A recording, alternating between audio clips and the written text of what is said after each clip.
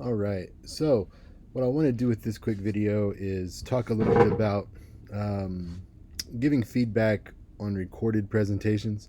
So, to be clear, this is not the preferred method for the speech lab. I don't like the idea of just commenting on these sorts of recorded speeches because it's very easy for you to edit. I don't like when the writing center just takes in an essay and they read it and they make track changes, and that's not what we're designed to do. So as we go through this, I wanted to talk to you about the inevitable that we're going to be getting more of these sorts of appointments, if you will. Folks will be emailing us saying, I can't meet during your normal hours. Could I email you a copy of my speech or a link to it? And then you give me feedback. The answer is yeah, we'll do that. But for us, the consultants, the staff at the lab, we need to make sure that we're remaining true to our Socratic approach and to the way that we don't direct people towards certain things. Or I guess we do direct them toward them, but we don't give them the actual thing that we're looking for. So, we're not going to say, your attention getter was okay, but I think you should do it this way. We're just going to lead them there.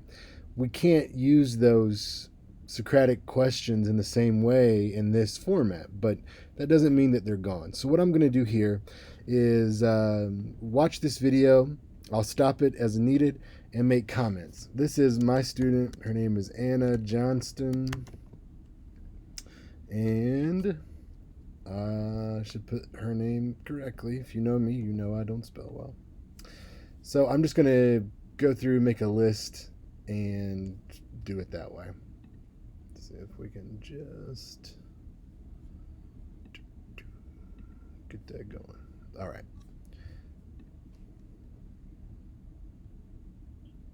Think to yourself for a moment. Looked in the mirror and been dissatisfied by the way that you look? Well, if you're answering yes to this question, you're not alone. In fact, according to an article in the Journal of Human Behavior in the Social Environment posted in 2016, men and women both experience body dissatisfaction. However, women report it at a higher rate. My name is Anna, and today I'm going to talk to you about dieting and diet culture. I'm going to stop it there because that was the attention getter.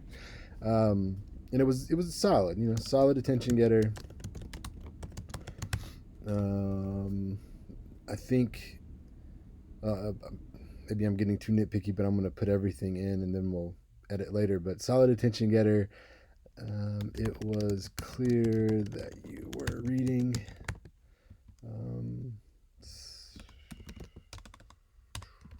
it is important not to read during the attention getter.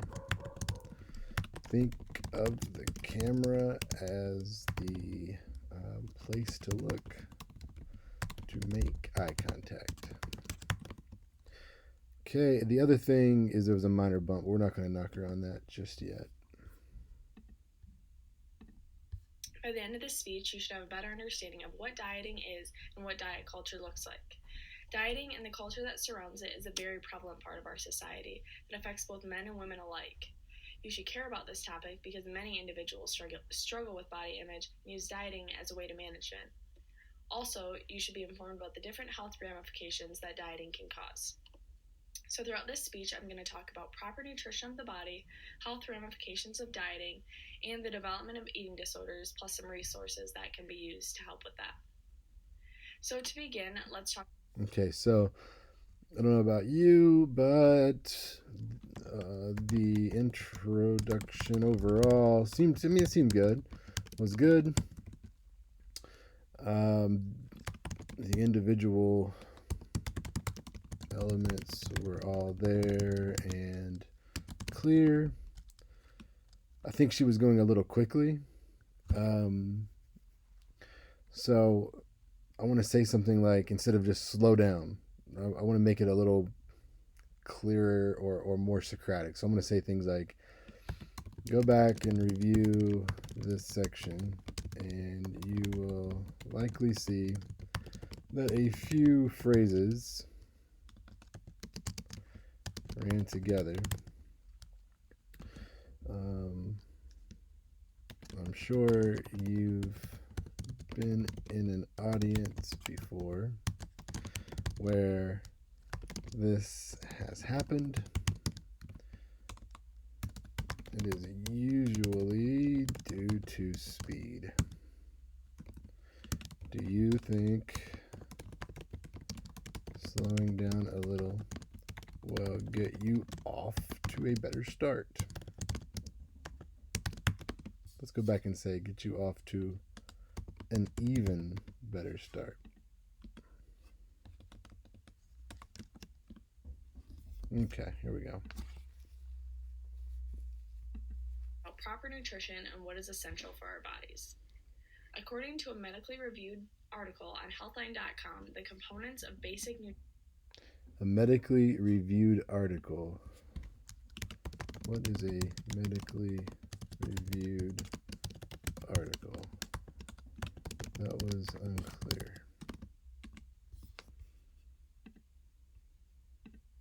Are carbohydrates, fats, and proteins, along with vitamins, minerals, and water. Carbs and fat are our main energy source, while protein is important for maintenance and repair of our tissues. Vitamins and minerals assist with body processes like bone formation or our immunity, while water helps keeps our cells hydrated and helps regulate our temperature. A balanced diet ensures that our body is getting all of these essential nutrients that I previously mentioned. Getting insufficient amounts can cause a variety of different nutritional deficiencies. So now that we have a basic overview of nutrition, we can talk more about the nutritional deficiencies that I just mentioned. Dieting, by definition, is to restrict oneself in small amounts or specific foods in order to lose weight. In 2016, Dr. Anna Jurdakova, a professor at the University of Cincinnati. I don't think that dieting definition is from that source she's about to cite. Let's go roughly 153 here. When you define dieting, does that come from the source cited after that line or someplace else? Clear this up either way.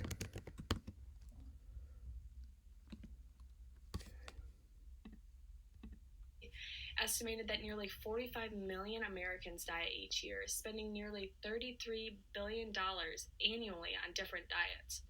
Not only are these diets expensive, but... Oh, diet. I thought she said die. When you talk about how many millions of Americans diet each year, it sounds like you are saying die. Listen. Let's see, review this and see if that's what you might hear.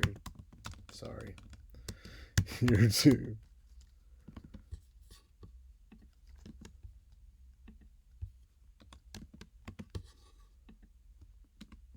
Okay. Of them are short-term weight loss and highly unsustainable. Physically, these rapid weight fluctuations can lead to increased risk of developing cardiovascular disease, type 2 diabetes, and reduction in our bone density. Aggressive dieting can also lower our base metabolic rate, or in other words, our energy levels. This means that we burn less energy while resting, resulting in lowering our daily needs in order to sustain weight loss after the diet ends. On the other side, mentally, dieting can make us start to emphasize foods as either good or bad, or rewards or punishments. This increases food obsessions.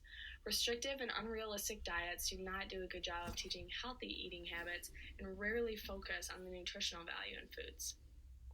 Food obsessions can put one on the path of disordered eating as well.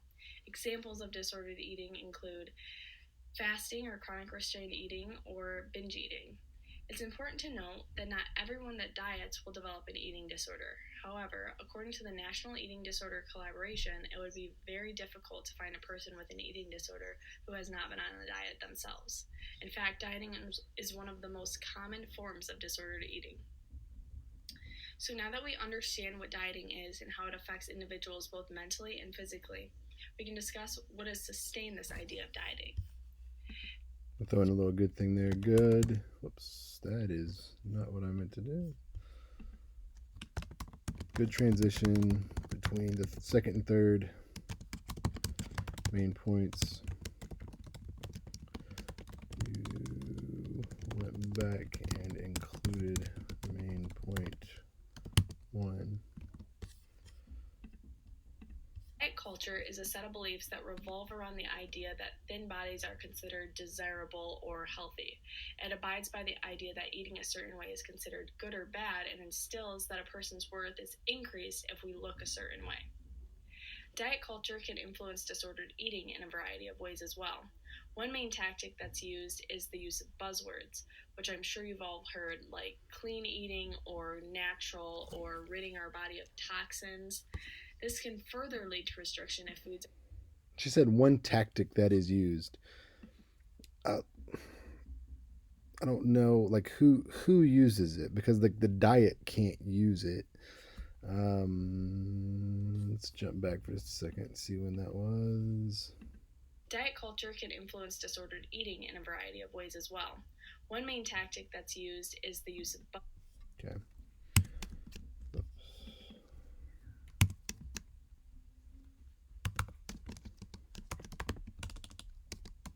You say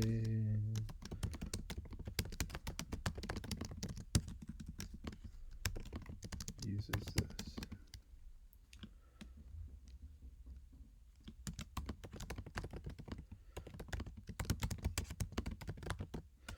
Again, asking the question, do you think your audience might get confused by this? So, clear this up. Whoops. Hello there. See if we can get back out of that. There we go. Dieting, by definition, is to restrict oneself in small amounts or specific foods in order to lose weight. I'll jump backwards in time. Which I'm sure you've all heard, like clean eating or natural or ridding our body of toxins. This can further lead to restriction if foods aren't deemed fit for these terms. In fact, according to an article in NPR with Dr. Stephen Brotman in 2019, a fairly common way that diet culture manifests itself is the development of orthorexia nervosa, which is when one tries to eat as cleanly as possible. Just jumping back for a quick second. Why do you use air quotes around toxins? It's not clear to me. Did Brotman know that over the next decade, this idea of clean eating would explode due to the rise of social media and celebrities endorsing a variety of different diet trends? Disordered eating began to become more and more prevalent in our society. However, there are ample resources for individuals who struggle with their relationship with food or just want to lose weight in a more healthy and organic way. Although Grand Valley doesn't require students to take a basic nutrition course, students are able to take free nutrition counseling classes under the direct supervision of a registered dietitian. This offers education, counseling, help with weight management, and overall wellness. Grand Valley also provides annual eating disorder screenings and provides free consultations at the counseling center on campus. Outside of Grand Valley, NEDA, or the National Eating Disorder Association, has a website with a variety of different tools that can help and support individuals who struggle with body image and their relationship with food. So after hearing this speech, you should have a better understanding of what dieting is and how diet culture can affect individuals. Clearly, dieting and the culture that surrounds it is a very prevalent part of our society that affects both men and women alike. Throughout this speech, I touched on proper nutrition of the body, health ramifications that dieting causes, and the development of eating disorders, plus a few resources that could help. So the one thing I noticed there, she talks about men and women at the introduction and conclusion, but there's not a big focus on that in the body. Let's let her know that. You highlight in the thesis that this impacts both men and women. However, you do not spend much time talking specifically about sex. So I was about ready to do it. I think that. Nope. Do you think that cutting this both men and women line is a good idea?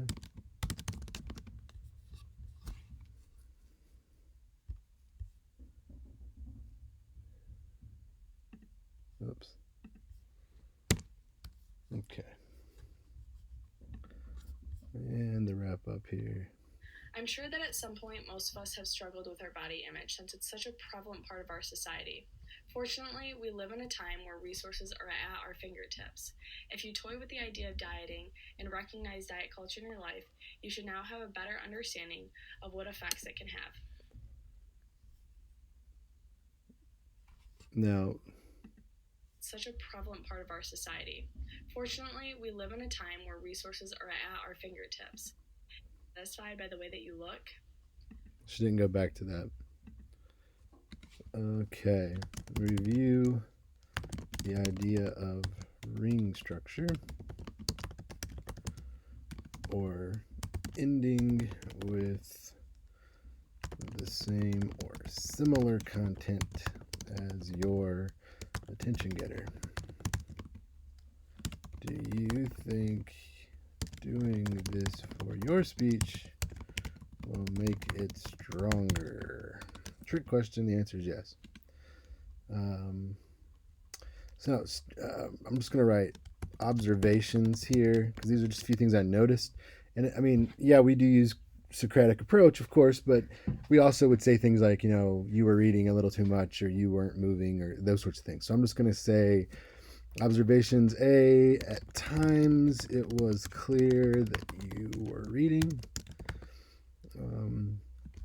It is fine to read let's not say fine to read. It's fine to use your notes to stay on track, but try to make it less distracting.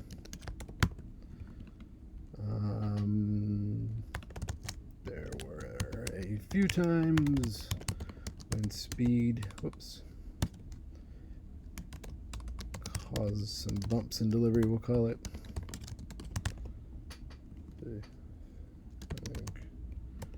Sure to let's say address these. And I mean, moving is tough. Moving and using gestures is difficult with online speaking. However, I saw a few times your hand move just below the level of the camera. If you gesture, it should be purposeful, and we should be able to see it.